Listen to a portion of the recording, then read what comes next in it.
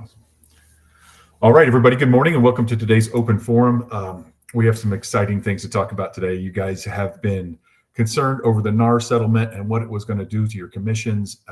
As we looked last week, I showed you guys some studies that show that buyers agents are actually making more than they have ever made before. Or than they were at least before the NAR settlement. Because there was a time, some of you guys will remember when we got 7%. And we didn't have transaction fees or any other fees. We used to get 7%. I don't know if you guys remember that. Some of us older ones do. That was also, we didn't have the MLS on a computer. So it's pretty cool. So we had big books. Those were the good old days. And you also were 50-50. So with your broker. So nowadays things have changed. So it's pretty good. But let's talk about these NAR settlement changes and what you guys have seen with these. How many of you guys feel like you're getting more than you got before? Tammy is. Anybody else? How many feel like you're getting the same? Or how many feel like you're getting less? Bonnie, you raise a hand because you're getting less? Yes. I have more listing appointments and the sellers are really trying to talk you down. Are they talking you down or talking down the other side? Me down. Really? Because I explained the whole thing about the other side, how, you can choose to go in at 3%, 2%, whatever, or you can choose to not offer anything and see what they negotiate. Mm-hmm. And then they're like, and what about your side? Could you do 2%? So, I don't know. Well, that's so, and they didn't used to do that. They didn't used to ask you that on the listing side. Not as much that I'm noticing, but but then again, I've always in the past had more buyers than sellers, so okay, maybe I just don't have enough to compare it to. Okay, Tammy, what are you seeing? Well, I think on the buyer side, it might be easier possibly than that seller side. And mine are more buyers that I've seen that with. But when I do a listing agreement, I kind of started out and I say, which I don't know if it's right or not, but I kind of say my fee is 3%. I kind of tell them what my fee is. I might allude to that it's negotiable, but I just sort of put that out there. And then I tell them that the other side can be a little bit more flexible. Okay. I want to tell you, first of all, you're absolutely perfectly fine to say my fee is 3%. There is nothing wrong with that at all. That's what I work for, right? Mm-hmm. So my fee is 3% is perfectly fine, and I like that approach because what is 3% sounds good to people, right? They're used to 5%, 6%, even like I said before, 7% back in the old days. 5% or 3% sounds good to people because at that point they're thinking, oh, we might get out of this for just 3%. Right. And then, what we offer the other side is up to you, but it's negotiable. Right. So I would make that very clear. The services you're offering in 2025 are no different than the ones you're offering in 2023 or 2018. Right. They're the same. It's the same 3% you've always worked for. And some of you have worked for 2.5% or whatever. And hopefully working with FRI gives you the option to work for a little bit less and make the same money or more money than you would still make at a traditional brokerage that charges 25, 30% or whatever. So you can do that however you want, but I really like my fee is 3%, and let's go from there. Bonnie, you have a question about that? Yeah, so I start with that approach, but then when I get to the buyer side being negotiable, that's when they come in and say, well, then if everything's negotiable, is your side negotiable? I did hear something the other day, an approach that I sort of liked, and I just want to run it past you first before I use it, and take yourself out of the equation as the agent and say, well, my broker charges 3%. You can do that because every piece of business you do is through your broker. Okay. And when they asked me if I would do 2%, I just said, well, I'd have to get broker approval first. Yep, that's fine. That's fine. So, you can email me. I've also heard them say, And you can okay, tell me no. No, I'm kidding. I've also heard them say, okay, what services do you want me to cut out? Basically, I mean, I would never say that, but kind of like, this is what I do for 3%. But if you want 2%, what of these things do you not want me to do for you? But Yeah. I would never do that. Of course, you don't say that, but that is the attitude. Well, the attitude you need to have is, I'm still performing the services that I've always performed at 3%. This is what I do for you. All of these things is what I do for you to get this 3%. And you can even, Bonnie, you can even put it off and say, let's see if you're happy with my services and the offers that we get before you decide that. Okay. If we want to make this negotiable, let's see what kind of offers we get first, and do it from there. But I wouldn't, 2% isn't going to kill you, but 3% is a heck of a lot, but it's 50% better. So that's what you should be doing, and go in. My fee is 3%. Okay. And you also know the situation. If you're dealing with, they're meeting with 3 other agents right after you or something, then that's a little different too. It might be something you'll want to talk about later.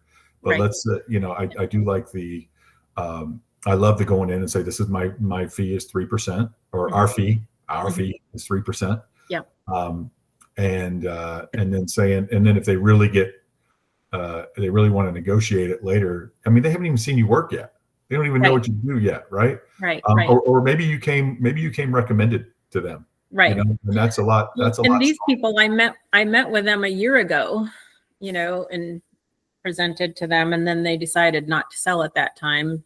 Now they feel like they really need to sell, and now their comps are lower than what they were a year ago, a little bit, about the same or lower. Well, and right.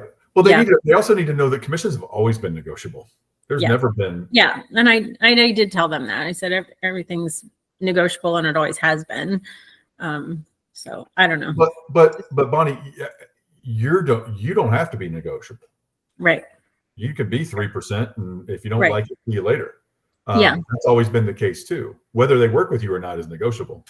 Right? That's a yes. Or Right. That's the thing. It's like, well, I don't want to lose it either. I mean, I'd rather take 2% than nothing, but I don't really want to do the 2%. So No, that's the thing. And I think putting it off and letting them see how you work maybe first. And even if they don't know whether or not they're impressed, the fact that with your work, the fact that you are impressed with your work means a lot.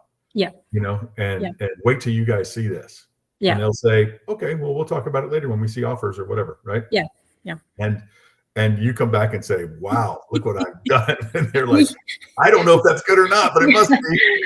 Well, in this market, I feel like it's going to be, wow, look at all this great marketing I've done, but we still don't have any showings. Well, and that's okay. Just make sure that and you guys need to make sure that people know what you're doing too. Yeah. Yeah. I communication is usually big. do. I will email them, every piece of marketing I do so they can see what I'm doing, in case they don't see it on Facebook or wherever. Yeah, of course. Yeah. Yeah. Make sure they see it. Make sure they know how you're doing. Not just for this time, but for next time too. And so I also tell you guys, the great thing about 100% brokerage is you can work for 2% if you want to, but I would also take into consideration, are these the kind of people that are going to send me more people? Is this going to result in just this one-time hit? Are they moving to Alaska and I'm never going to see them again? They don't have any friends or family. Right. Or is this somebody who's going to possibly send me everybody in their church or their whatever they're into? Sure. So, and their kids are going to be buying soon. And, all that stuff is in that get to know you conversation. You kind of it can make things more negotiable too. Yeah. Right. But you don't want to work for 2% forever. So I do like the 3%, and let's see. First of all, it's always been negotiable. Yeah. I like that too. Thank you. Let's see how we do, see how you guys feel later. Because you're setting the floor at 2%. Yeah. They're not going to come back and say, well, I think you did 1% worth of work. Yeah. Right. What they do is say, absolutely not. Yeah. And your listing agreement says 3, so I could hold you to that. Carolina, you're on mute. I can't tell if you're talking or not. Actually, you look frozen. All right. Issues. Can you hear? And now I can hear you. You're a little frozen, I think. Okay. Problems, but I'm experiencing where people are showing compensation, and the listings have been sitting, and I've done open houses, and I do the 6%. And I say that's what my office does, and these are the services that we will do for you. We also offer compensation to the buyer's broker. I just share the whole thing of what I do in terms of my listings, and what I've been getting is 5% with the negotiation. So 2.5 and 2.5. But Carolina, we're going to have to talk later. I Buyer- can't. Carolina, you there? yes, Sorry, you're breaking up really bad. Is she breaking up for everybody or just me? Everybody? Okay. Yeah, it's your connection, Carolina. I sounds like you're doing 6% and sometimes 5% or something, but is it your properties aren't selling? You're really frozen. That's what it is, though. The properties aren't selling. Okay. We'll get back to that. Maybe log out and back in. I don't know why we have a bad connection. I want to get to this. So I want to go through this process with you guys. That's the point of this today, was to go through this process. You guys still have some questions about it, and you're going to continually, because a lot of agents around Florida or around the world, probably around America, probably are still confused by a lot of this stuff. So you are going to decide on the listing agreement, and I'm not putting that listing agreement back up here. I've been over it 10 times with you guys. You guys have, all right. In 8, you're going to put the total commission that they're agreeing to right now. So if Tammy goes in and says, I'm 3%, then on number 8, they're going to put 3% if they want to negotiate it later. If they say, Tammy says, I'm 3%, if you want to go ahead and offer the other side 3%, then we'll decide that right now. If you want to offer them 2%, 2.5%, whatever it is, we'll decide that right now. If we decide that right now, then we put that in 8. It's either going to be 3 or 5 or 6 or whatever it's going to be. That is the part that they're agreeing to pay right now. Do not put 3 there and then put 3 again in 10A, which is what you're offering the other side. That's just like the old, you guys remember the old listing agreement? It was only 8 months ago. You would put 6 and then 3. 6 was the total, and they would always ask you, does that mean it's 9%? And you'd say, no, it's 6%, and you've authorized me to offer 3% to a buyer's broker. Now, if they're saying, I don't want to offer it, so I want it totally negotiable. Bonnie, I will pay you your 3%, but I want it totally negotiable, but I pay the other side. Then you put 3 and 8, and you mark 10C, which says they're not paying anything, and we're going to make, that means it's negotiable, right? They're not offering anything. So now when I call Bonnie and I say, Bonnie, you're listing at 123 Oak Street, what are they offering for the buyer's broker? And you're going to say, they're not offering anything, but they did mention that it was negotiable. Okay. And I don't care if you say that or not. If I make an offer, it's going to be in there. Right. So I'm not going to send you, what I'm not going to do is send you a compensation agreement yet, because you've just said that they're not offering anything. So I'm going to write it in the contract. That is something we can do now. This is how people are making more money.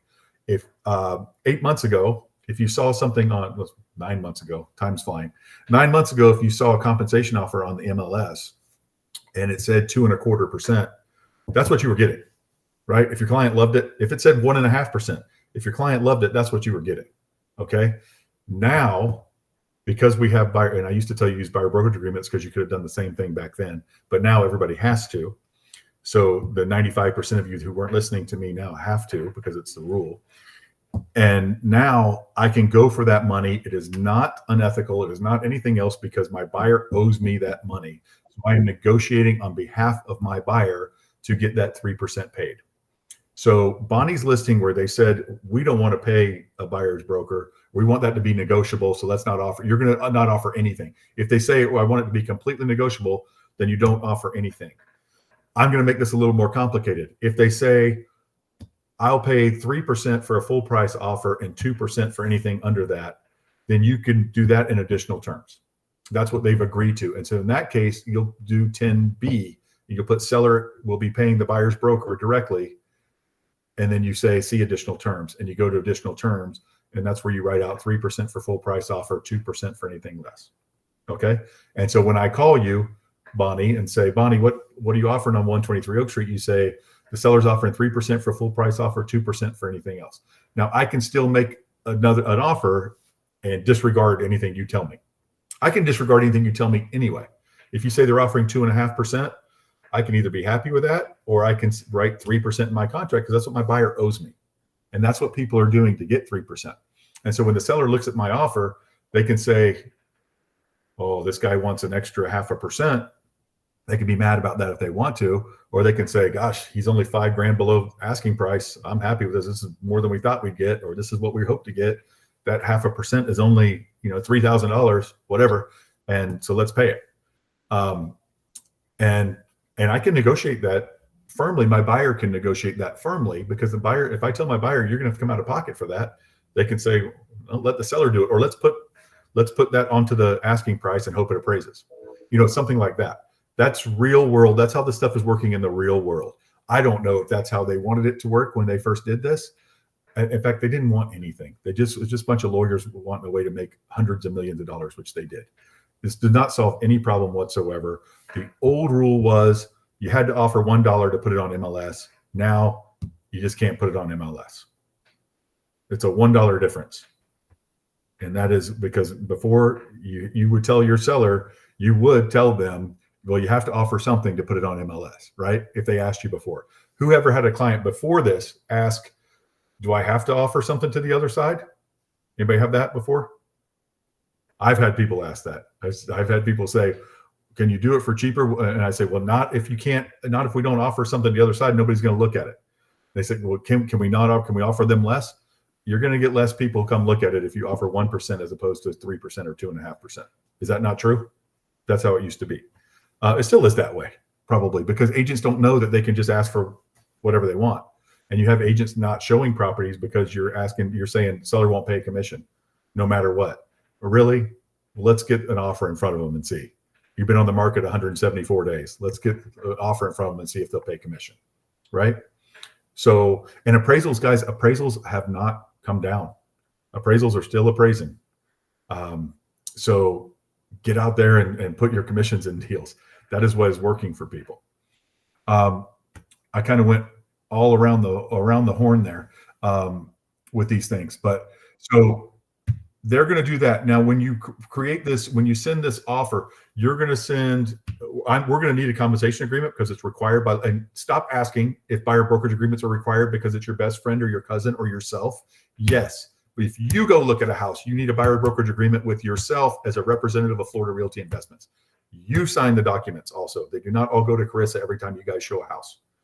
Okay. She's not just sitting at a signing desk all day signing stuff. You sign for every showing you do. I don't care if it's your sister, your best friend, your husband, whatever it is, you need a buyer brokerage agreement if it's on MLS. If it is your own listing, yes, you still need a buyer's brokerage agreement. If they wandered into your open house, you don't need one to show it, but you need one when you write the offer. Okay? Done. You are also a transaction broker. You do not need a non-rep because you are representing both sides, right? It's not dual agency in Florida. It's transaction broker. It is not illegal to represent both sides. You do not need you don't need a non-rep agreement for them unless it is your own property. I would prefer you use a non-rep. Of course, you're not paying the other side if you do that too. So, because it's you. So that's how that works. Please get the paperwork right. You need a buyer brokerage agreement. You need a compensation agreement unless you have both sides of the deal. Technically, unless Florida Realty Investments has both sides of the deal. So if you work with another agent, once or twice a month, you guys run into each other out there and you do a deal together.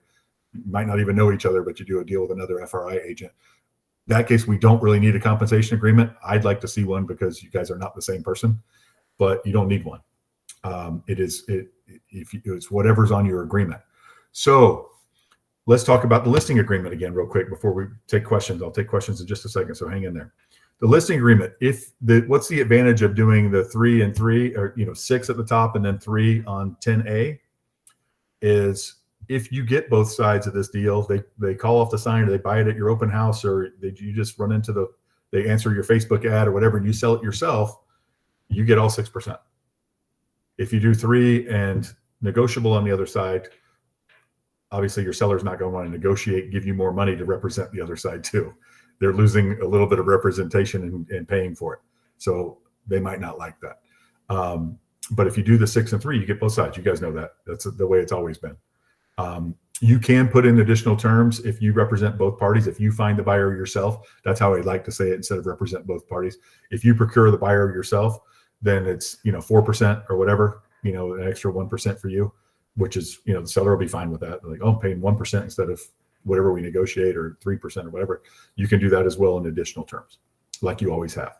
But remember to use your name, not the brokerage name, in case somebody else at FRI is the other one. Don't say if Florida Realty Investments, or if broker finds it. Say if agent Bonnie Black finds the buyer, procures a buyer herself, then the commission will only be 4% instead of 6%, whatever you want to do, if you want to do that.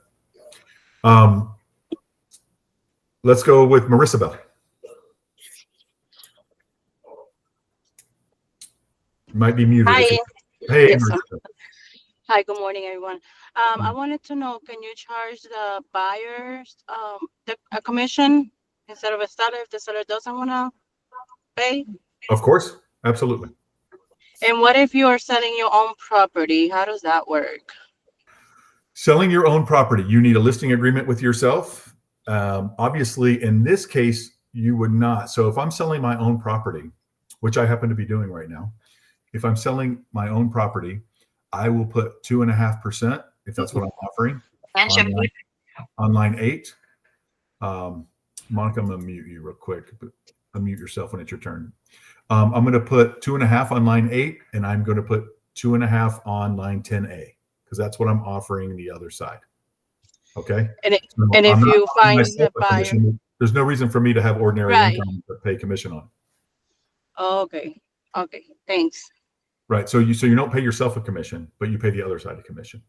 And Perfect. yes, we still need our transaction fee. It's still, if you're putting it at MLS, or if you're representing this property, we still need to put it in paperless pipeline. It's a real deal, even if you're not making commission. Okay, good. All right. But you don't have to Okay, pay thanks. yourself a commission, and so the total commission will be whatever you want to offer the other side and whatever. But we do need a listing agreement. It's your own property, and you sell it from let's say you have an unrepresented buyer. You will do a non-rep in that case. You will do what you need to turn in for us is a showing agreement for just that property. You don't need a buyer brokerage agreement, just a showing agreement for that property. And the non-rep, they sign that you did not represent them. Okay, It does not look good representing someone when you're the seller. I understand. Okay, thank you. All right. Stella. Hi. So if we're negotiating the commission for the buyer, do we add it in the additional terms? How do we word it? You're negotiating the commission for the buyer. Yes, additional terms. That's what we talked about earlier, what Bonnie was talking about. It is where you put the seller, I have the exact verbiage I can give you, but the seller will concede 3% of the purchase price toward to the buyer's broker in accordance with the exclusive buyer brokerage agreement. Which means what you're saying is my buyer owes me 3%, the seller is going to concede it so they can pay me. Okay. All right. Is that good? That's what you need to know? Yeah. Okay. Thank you. Bonnie. Yeah. So back to, if let's say I'm doing a 3% listing and they're not offering anything, I thought we were supposed to put 3% at the top, but now you're saying if I represent the buyer, I wouldn't get paid. Correct. So But if I'm representing the buyer, couldn't I negotiate that in? Yes, but that's Okay. what I was saying. Okay. But now let me put myself in the real world, and I'm the seller. Yep. And I offered you 3% to represent me. Yep. And you found a buyer off Mhm. the sign. You didn't open house, whatever, right? You found a Mhm. buyer. So you put in the contract that I'm supposed to pay Bonnie for 3% on the other side too, to represent someone against my interest. Right. And I haven't agreed to that already. Yeah. That's negotiable. I'd like to Ye- negotiate you down to 0. Let's start from there, and maybe you get 1%, whatever, Yeah. out of me. But I'm not going to be Yeah. happy about it. Would you Right. agree?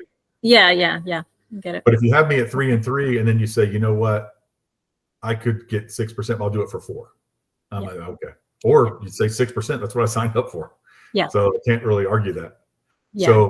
So that's where we're So- at. But you have to go. Okay. But you would have to go negotiate with the seller for the buyer's part now, Okay. and that's kind of a. In I the was real thinking world, that's like in the beginning when this all started, I thought it was if they're negotiating, if they're saying they're not offering anything, we were only supposed to put what they're paying at the top. So No, you're right. No, that's absolutely right. So you would only do 3%.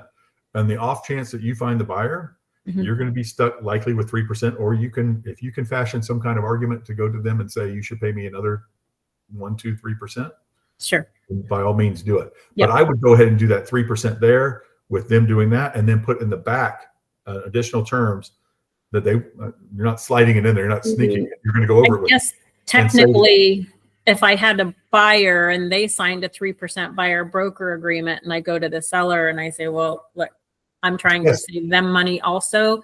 How about if you just pay me 2% or 1%? That whatever. is perfect. That is the beauty of the buyer brokerage agreement. That's how you do that. Is Okay. You use the buyer brokerage agreement as a tool. That is what it's for. And so that really is you've hit the bottom line of this entire program today. Okay. The buyer brokerage agreement is a tool to get you paid. It is not a negative. A lot of people think it's a negative. You guys have hated it since I started preaching it 10 years ago. You guys have hated it. You hated me, my family, everybody. We And didn't hate in you. reality, it's always been a tool. And the problem with it before was, and I used to talk about this, it didn't have any teeth. Now it has real teeth. It's really required. So you Mhm. can go in and say, I used to tell my broker requires this. Yeah. Make the broker the bad guy always. Yeah. Make Carissa the bad guy. She's terrible. Make her the bad guy. And you go in and you use that for negotiating. It is an absolute tool. It always has been to get you guys paid. Yeah. And that's what you should be using. Yeah. And now you have to. So I don't have to preach it anymore. You have to use it. But what I want to do is teach you to use it as a tool to get paid. So Mhm. you have brought it full circle there. That is exactly what this is about today. Use it as a tool to get paid. They owe me this, Mhm. right?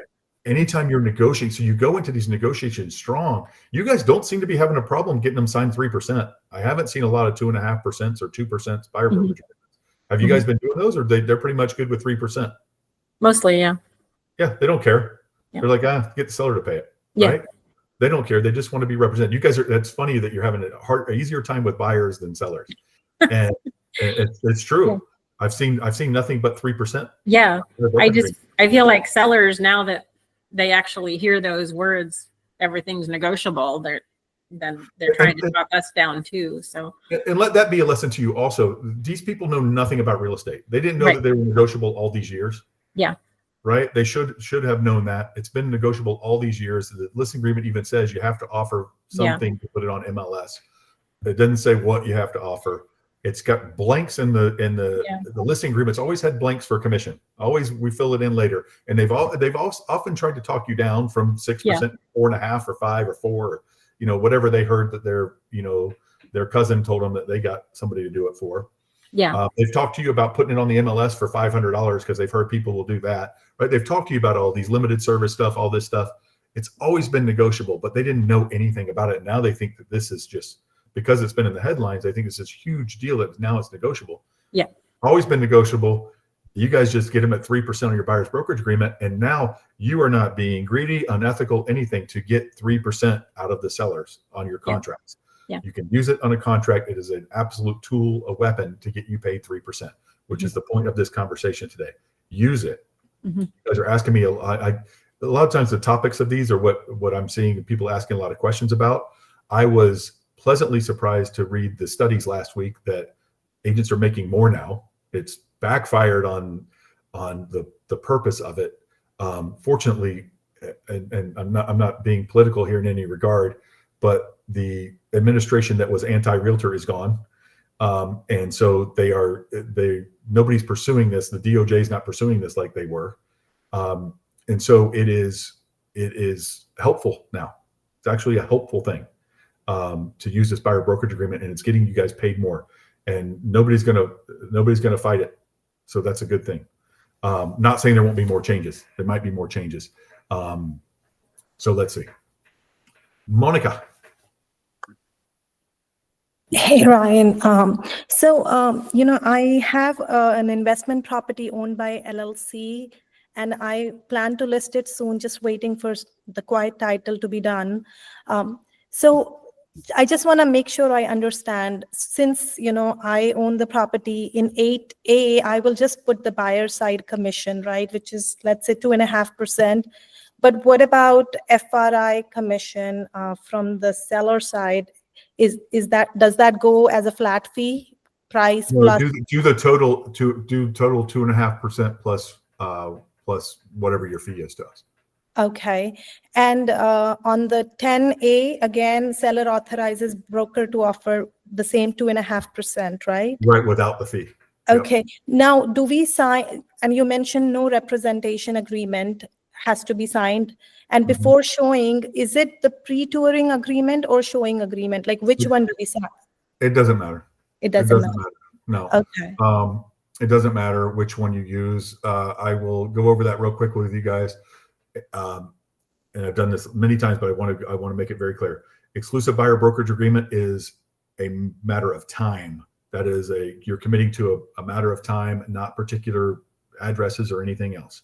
Mm-hmm. So you're representing that person for a matter of time, which if you find a buyer for this, you will not be representing for a matter of time. You'll be representing for this particular property, right? Mm-hmm. Which is the showing agreement. Showing agreement is a property or a list of properties.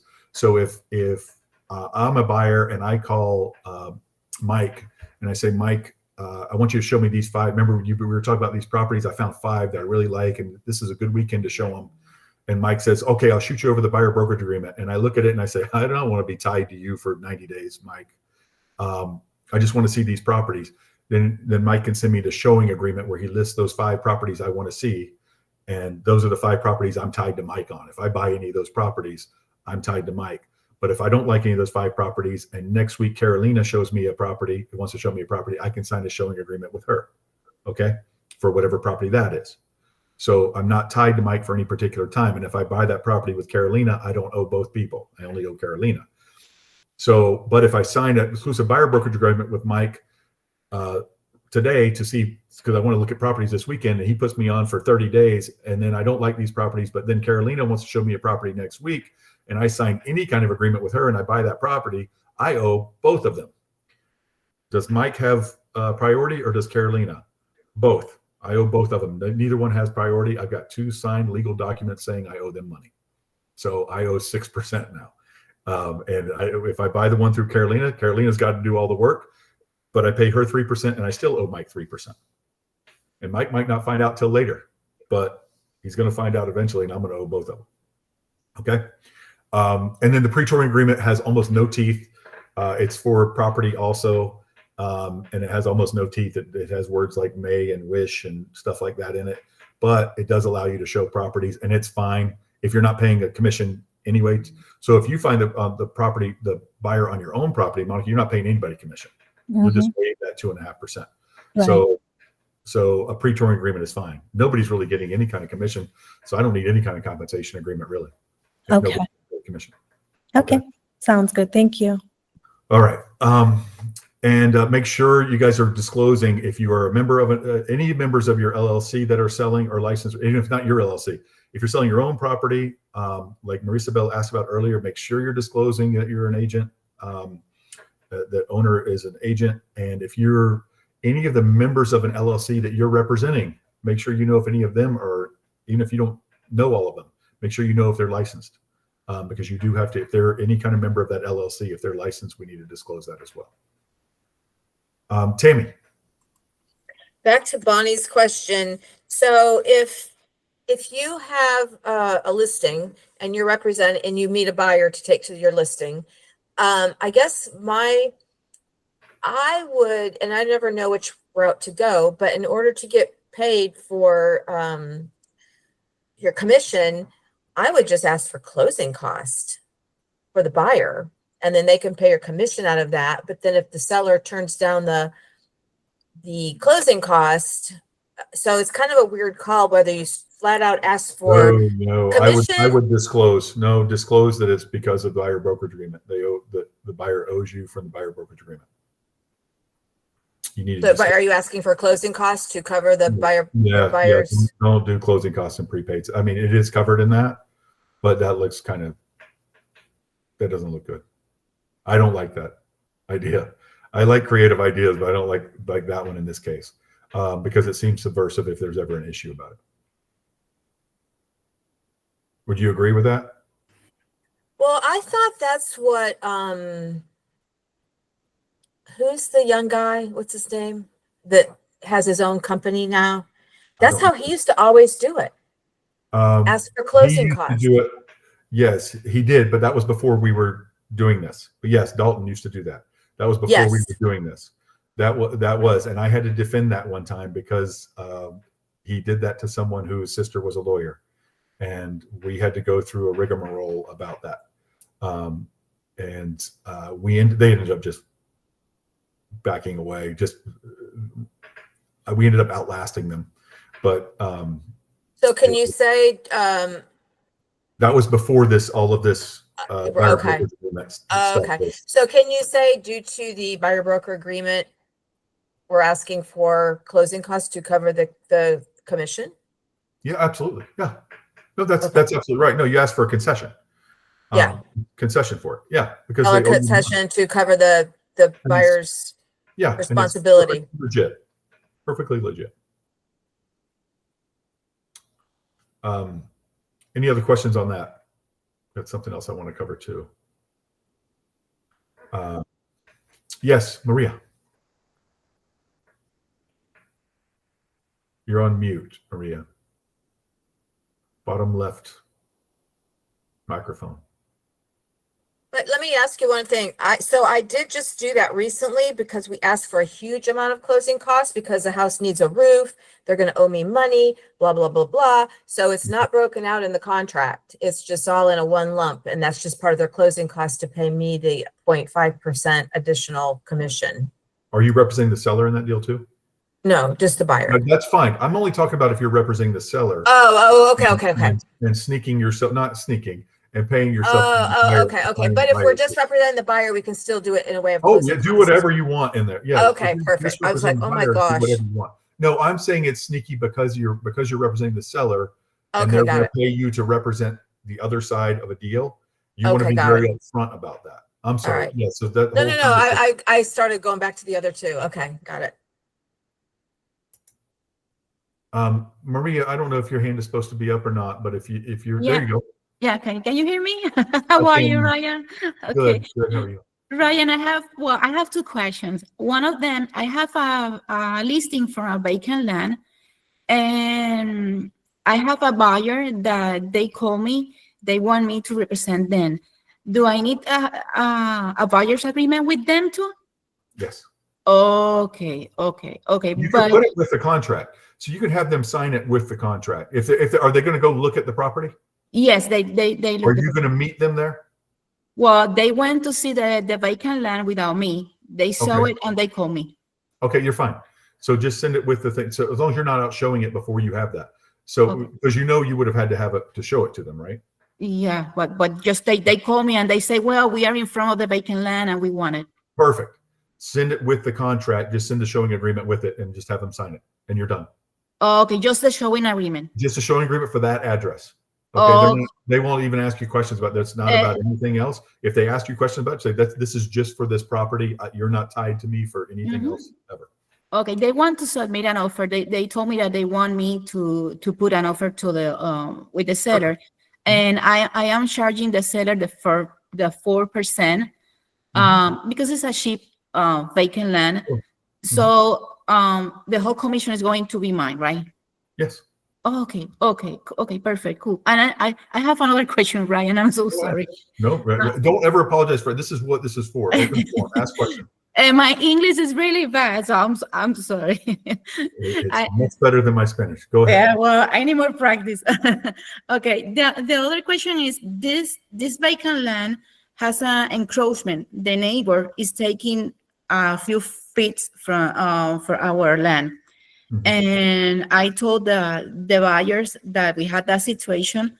They agree that they can wait for the seller to legally make something with the neighbor. I think that maybe it has to be like 3 months on the list, on the offer, just to make time. Is that fine, or I need to submit an addendum or I would make closing contingent. I would give it a closing date of however long, 45 days, 60 days out. But I would make closing contingent on that problem being fixed okay. and say resolved. And they will close within 30 days of that problem being resolved, is what I would say. Okay, that contingency, I'm sorry, contingent paper is in the Form Simplicity or Transaction Desk. I can find it. Or No, you don't. No, you don't need that. That would just be a regular addendum that you would write, but you can write that in the additional terms of the contract. Oh, okay. So just if I can put that in the additional terms on the contract, that's fine. Buyer will close within 30 days of seller rectifying or resolving the encroachment issue. Oh, okay, perfect. Thank you so much, Ryan. Thank you. You're very welcome. And you're using words like encroachment and contingencies and all that stuff. Your English is pretty good. Okay. Well, thank you. I can't translate that to Spanish. So I was told this week that I talk a little too fast in the trainings for people who are not native English speakers. So I will try to remember to speak more slowly. Oh no, let me go back to that. Oh, where is it? A lot of unread emails. Oh, I don't see it. Well, let me figure this out. Oh, what did I do with that? All right, never mind. Let me stop sharing my emails with everybody. What I was just showing you, and I'm going to find it here, was a post that was on Facebook. And it was offer guidelines that people were doing. I want to talk to you guys about some of this stuff. Here, I'll do that. I want to talk to you guys about some of this stuff. So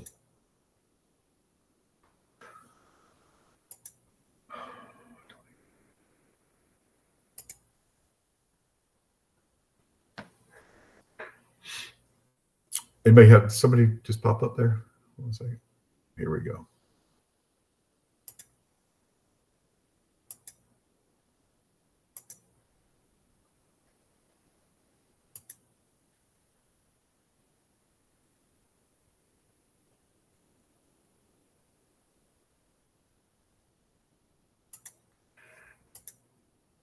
All right.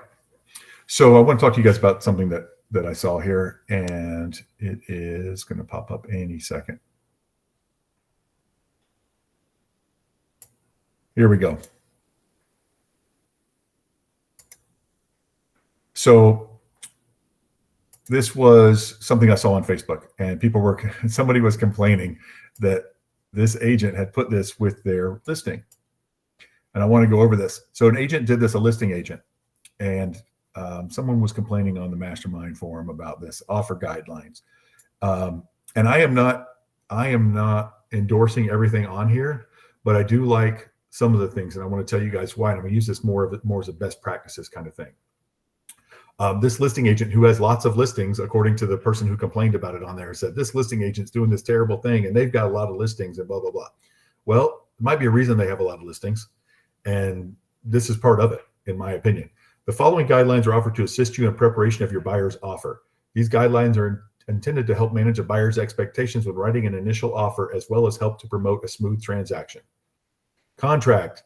Use the newest version of the FAR as is contract. Send offers as a single PDF file. Do not send DocuLinks. I will tell you that is very annoying when people send it on .loop or something, or they send it directly with, some people put the seller's initial things in it when they send it. Like it's just going to go forward straight to my sellers. Yeah, just sign this.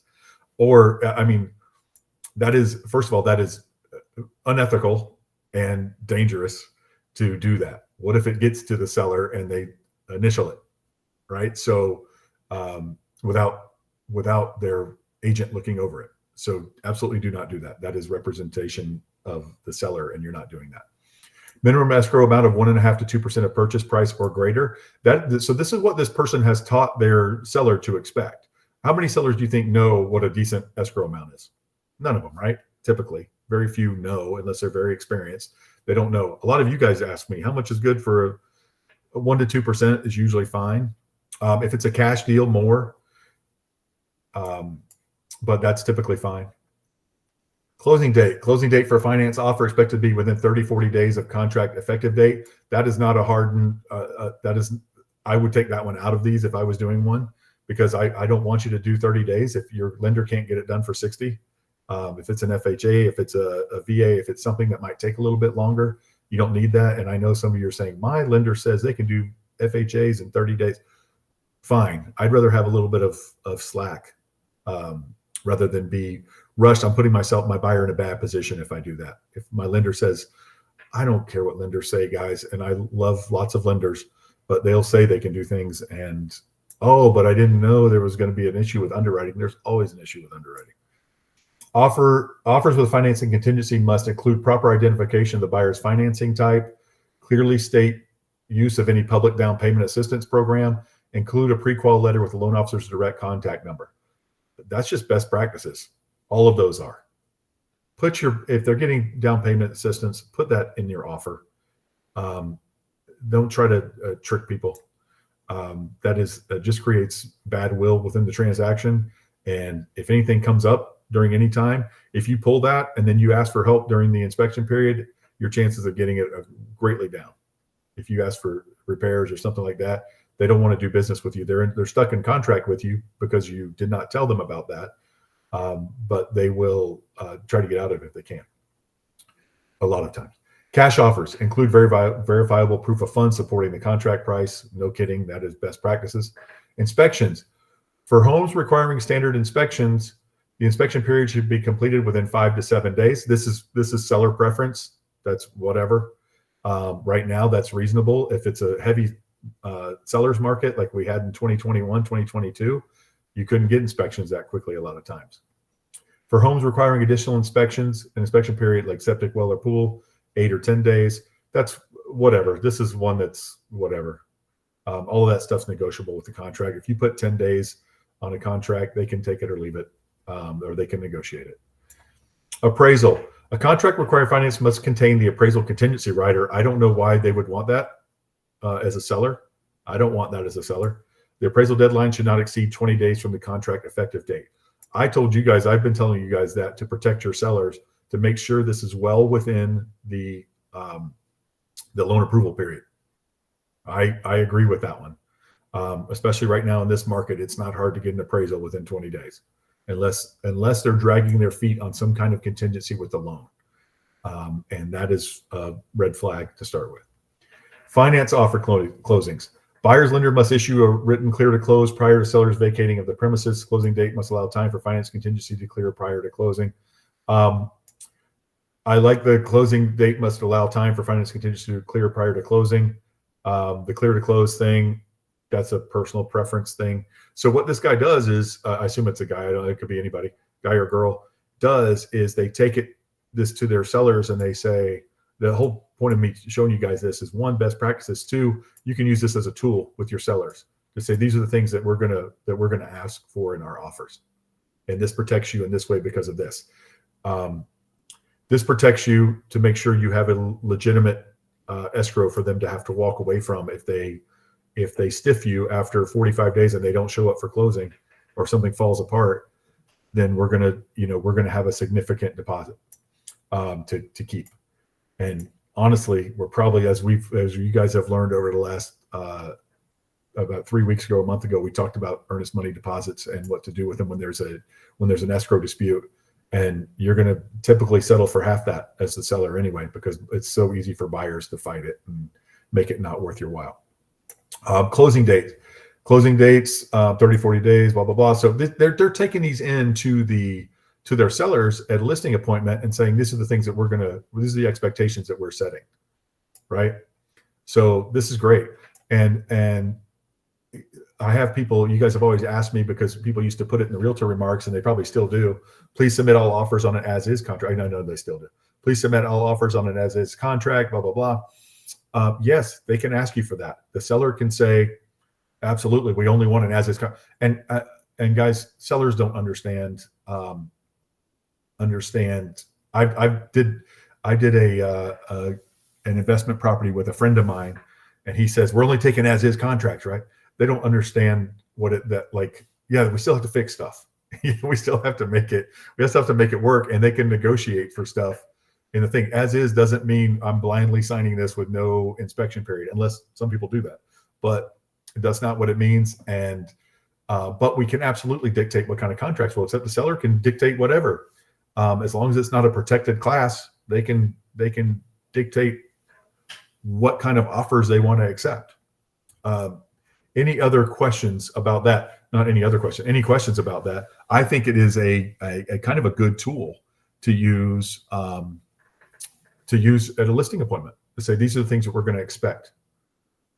When you're trying to justify that 3%, and they're meeting with 3 other people who don't look like they're going to go to battle for them like this. This looks like you're going to go to battle for your seller and make sure they get a good deal. You guys agree with that? Any thoughts on that?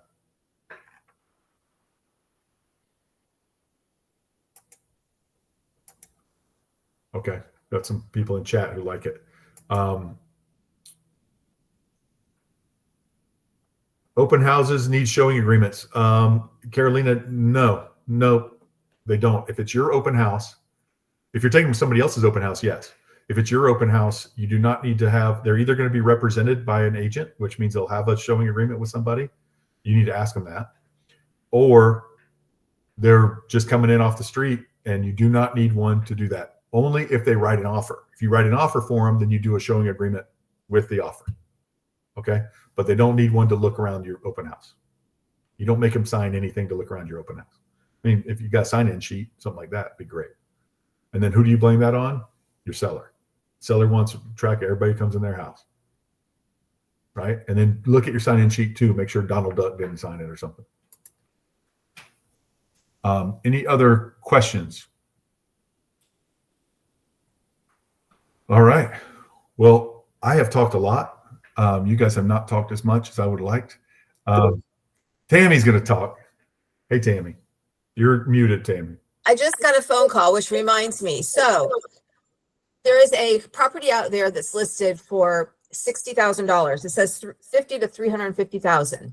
I'm going to get 1 million Zillow lead calls, and they're probably going to be nothing burgers. And it's an auction, and I really don't even want to deal with it. But I'm not even familiar with auctions. Is it even worth taking these phone calls? Because I know all these people are going to think, oh, $60,000. Well, it's going to bid up. The houses are worth $350,000 in that neighborhood.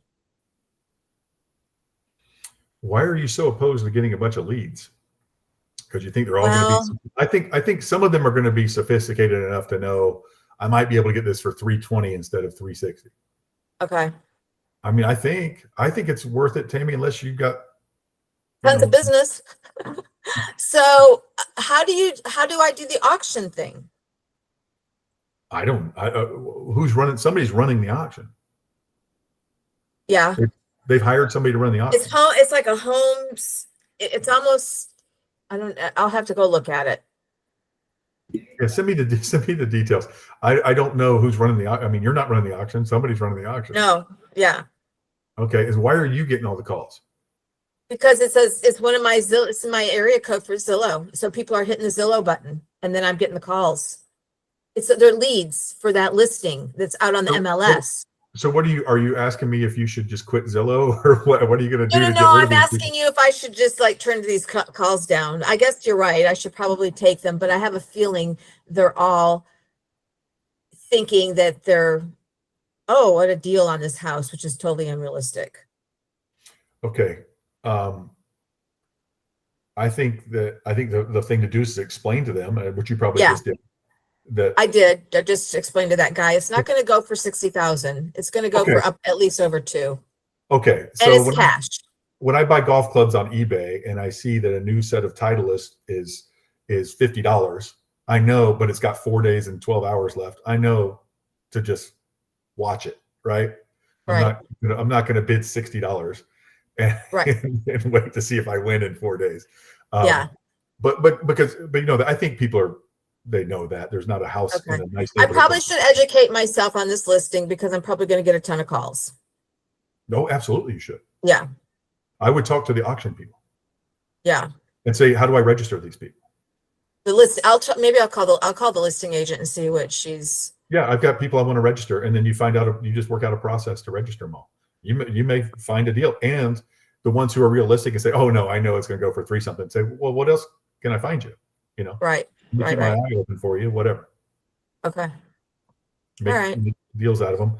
And if you don't have the time, we've got some hungry agents who will chase people around and stuff too. Yeah. And I'm, Yeah. I'm not being sarcastic about that. No, I mean, I have the time. I just gotten to the point that sometimes you just don't want to be bothered with fiddly stuff, you know, but that's terrible on my part. Right. Okay. Right. I have a property, guys, that's coming on the market this week. It is my personal property in Lady Lake. It is 259. It's just a 2-1 little house, brand new roof, brand new windows, reasonably new AC. If you know anybody who wants a starter house in the Villages area, Lady Lake area, which is in North Lake County, for those of you who don't know. And any other questions? Let me check the chat. Can you post this somewhere? What's that, chat? I don't know what you're asking. Can you post that guideline sheet somewhere? Sure. I'll put it on our FRI page if you want. Right. Thanks. The listing contact for my own property. We did this a little earlier where you put, if you're offering, so I just did one. I'm offering 2.5% on my property. So in 8A, I did 2.5%. Yes, Victoria, you can list in just a second. You can mention your listing. In 2.5%, I did 2.5% plus 175 because I'm on the fancy expert closer program. Don't mean to brag. It's $30 a month. I got that kind of money. So I did 2.5% plus 175. I will offer, and in 10A, I put 2.5%. I'm not offering them the 175. I've got to pay that to my broker. So 2.5% goes to the buyer's agent, and 175 goes to my broker. I promise you guys, if you offer full price $259, I will pay you 3%. Put that in the contract. Let's go Monica and then Victoria. Well, you can talk about your listing. Ryan, can you please make some recommendations for title companies? Yes, the closing city. Okay, the closing city. Okay, thank Yes. you. Did you need their information? They came on last week. Anita Malik came on 2 weeks ago. I Maybe? missed the last few forums, but yes, if you can share the information, that would be Yeah, great. let me give you, I'm putting it in chat right now. Okay, perfect. Thank you.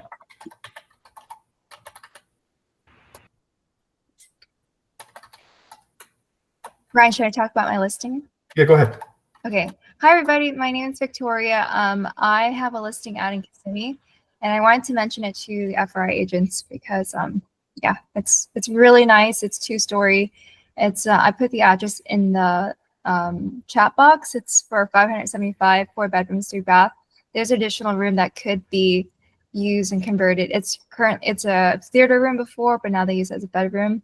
And it's on 0.35 acres, so it's really abnormally big, and lots of tropical fruit trees and a big swimming pool in back. Yeah.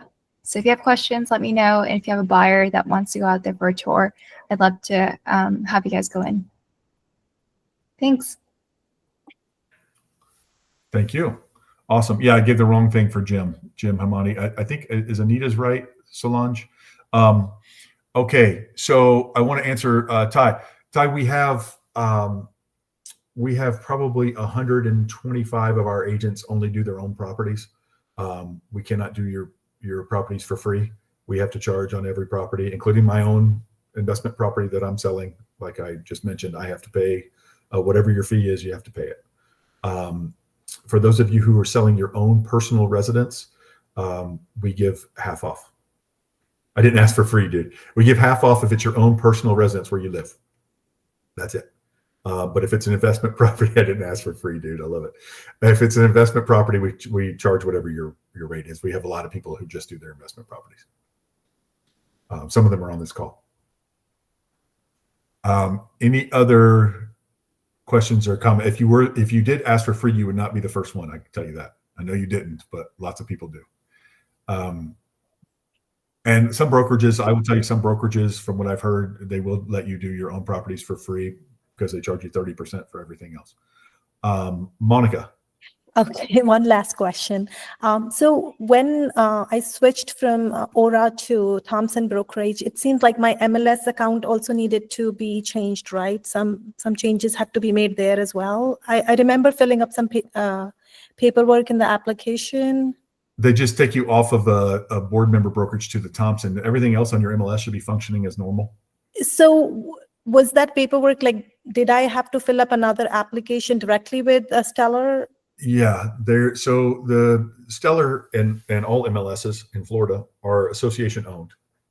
So they want to make it difficult to be a Thompson agent, but it's really not. You just fill out those forms that you filled out. Your broker number obviously changed, so you're not on the same brokerage that I'm on technically. And so we're 50344 and you have a 9-digit number 035 something. But otherwise it's perfectly normal. All of your functions are exactly the same. So all I need to do is fill up the Stellar MLS Thompson Brokerage application and pay whatever the fee is, right? You've already done that, right? You I should already did, be on that. but they said they never received any paperwork and it's not.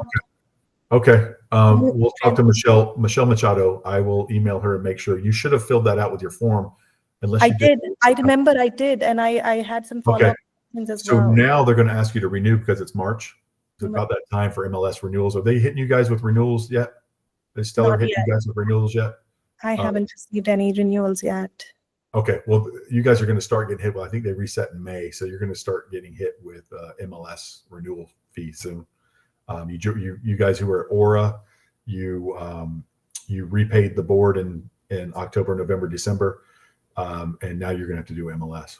So they're about to hit everybody with that. So yeah, you shouldn't have any fees. They shouldn't, I mean, other than your normal renewal fee, all you did was change brokerages. Right. So they said they never got the whatever paperwork Okay. was. Yeah, I'm gonna ask. I don't know why you didn't. I'm gonna email Michelle right now and ask her to do that. Okay, thank Follow you. up. Sometimes they don't care very much, and that is for every brokerage because they get paid every Friday no matter what. Okay, any other questions? Thank you, Ryan. This was very useful. I mean, I got a lot of useful information. Appreciate it. Awesome. Thank you. You guys, so use this buyer brokerage agreement, guys. If I could leave you with this, use this buyer brokerage agreement as a tool to make sure that you get paid full boat. You used to be limited to whatever they offered. It was unethical to ask for more than what was offered in the MLS offer of compensation. Now there's no such thing as an MLS offer of compensation. So you are entitled to get paid whatever that buyer brokerage agreement says you'll get paid. And I am excited to notice that people are not fighting the 3%. So go for your 3%. All right, everybody. Have a great week. We'll see you next week. We'll have something exciting for you next week. Bye, everybody. Oh, Stella, you didn't reach it. All right.